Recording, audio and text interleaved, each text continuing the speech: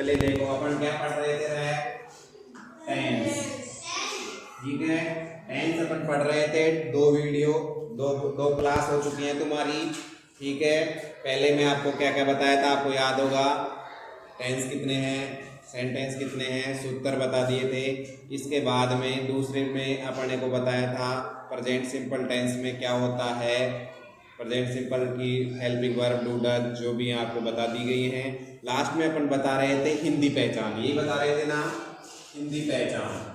तो हिंदी पहचान क्या है, लास्ट में आपको क्या दिखेगा, ता है, ती है, ते है, इत्यादि।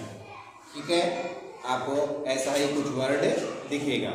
अब मैं आपको 10 सेंटेंस जो ट्रांसलेट करूंगा हिंदी टू इंग्लिश, आप बिल्कुल अच्छे से सीख जाएंगे। उसके बाद में आपको खुद 10, 20, 50 जितने भी सेंटेंस हो सके उतनों का ट्रांसलेट करना है। ठीक है, तो चलो देखते हैं। पहला वाक्य है, वह पुस्तक पढ़ता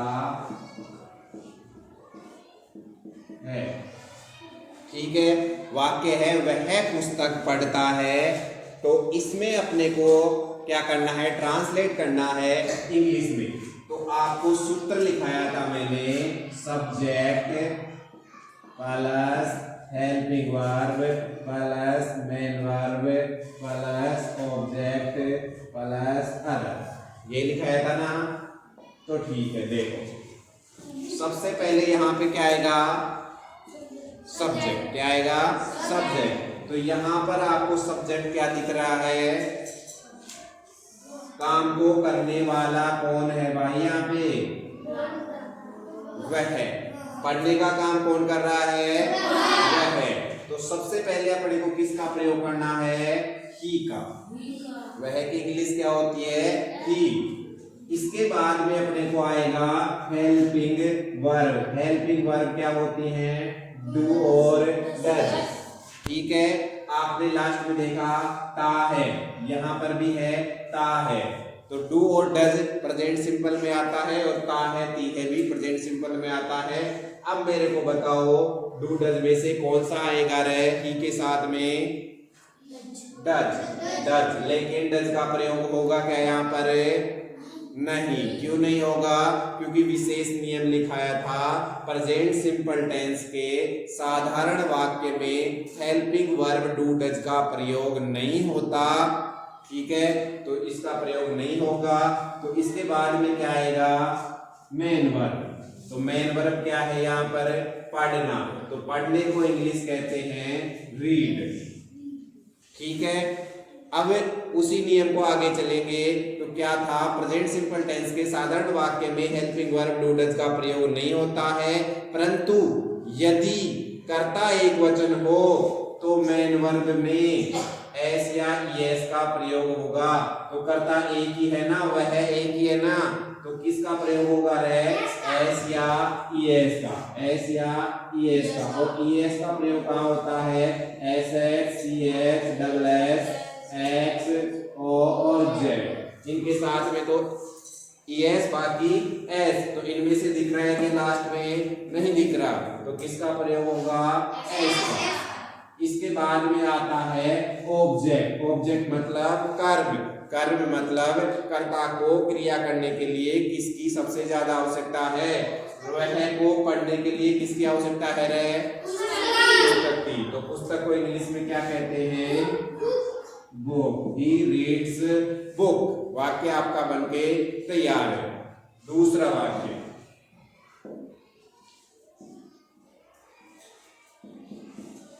वे क्रिकेट खेलते हैं।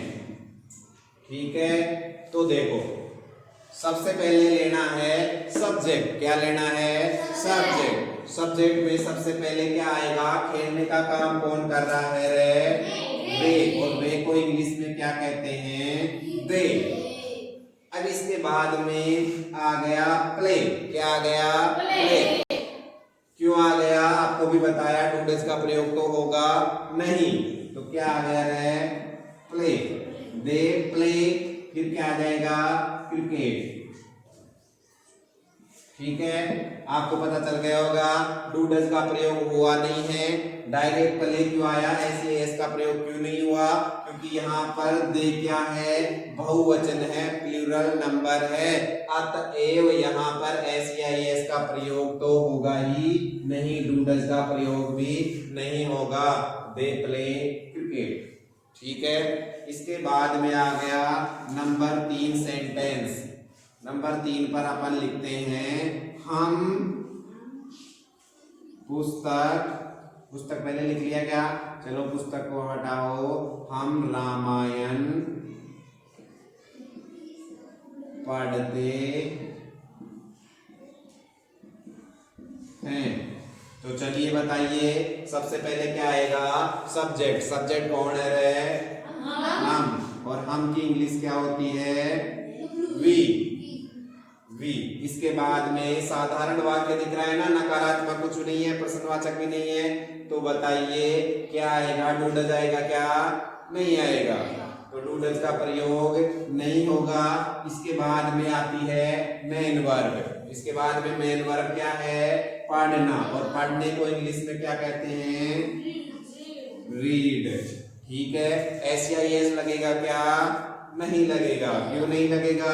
क्योंकि यहाँ पर भी कर्ता क्या है? प्लूरल नंबर, बहुवचन।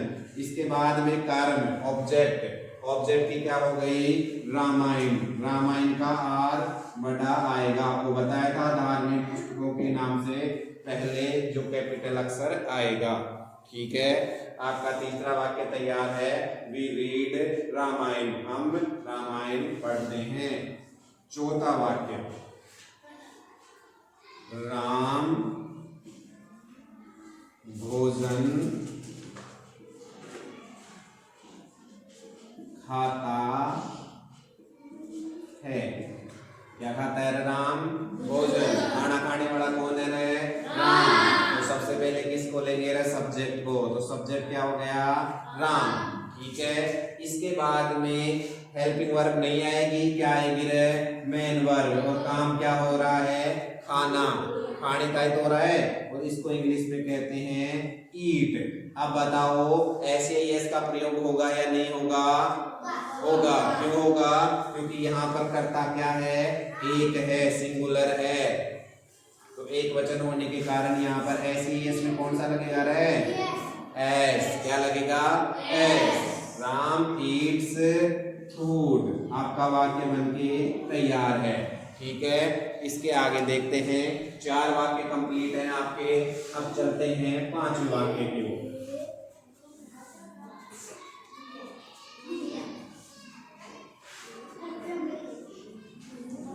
अब देखो 5वां वाक्य है,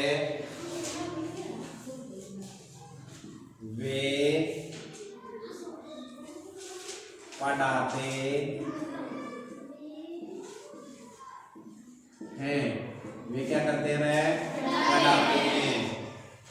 ठीक है, तो यहां पर सब्जेक्ट कौन हो गया? वे को इंग्लिश में दे, और क्रिया क्या हो गई? टीच। वाक्य बन गया। यहाँ पर 2 ही तो शब्द है, ऑब्जेक्ट कुछ दिख नहीं रहा, अदर कुछ है नहीं, तो दे टीच, वे पढ़ाते हैं। चलो अब चलते हैं नेगेटिव सेंटेंस की ओर। किसकी ओर चलते हैं रे? नेगेटिव सेंटेंस की ओर। नेगेटिव में क्या आ जाएगा? यहाँ पर नॉट। क्या आ गया? नॉट। तो चलो देखते हैं 6वां वाक्य, राम जयपुर नहीं जाता है। राम जयपुर नहीं जाता है। ठीक है, तो बताइए सबसे पहले क्या आएगा रे? सब्जेक्ट। और सब्जेक्ट क्या है? राम। क्लियर हो गया। इसके बाद में आता है हेल्पिंग वर्ब। अब हेल्पिंग वर्ब लगेगी कि नहीं लगेगी? लगेगी। क्यों लगेगी? क्योंकि नियम क्या था, प्रेजेंट सिंपल टेंस के साधारण वाक्य में डू डज का प्रयोग नहीं होगा, बाकी में तो होगा ना। तो वाक्य नहीं आ गया तो नकारात्मक हो गया ना। तो राम के साथ में कौन सी फॉर्म आ गई, हेल्पिंग वर्ब डज, क्योंकि एक वचन के साथ क्या आएगी, does. Ram does not, helping verb के बाद में क्या लगाना है अपने को, नॉट। राम डज नॉट, अब क्या आ जाएगा, गो। अरे ऐसे एस लगेगा क्या, नहीं लगेगा। क्यों नहीं लगेगा, क्योंकि अब तो डज ही लगा दी, तो ऐसे एस का तो कोई काम ही नहीं है। Ram does not go to Jaipur, वाक्य बन गया क्या। चलो देखो नंबर 7, एक वाक्य और देखते हैं नकारात्मक का। वह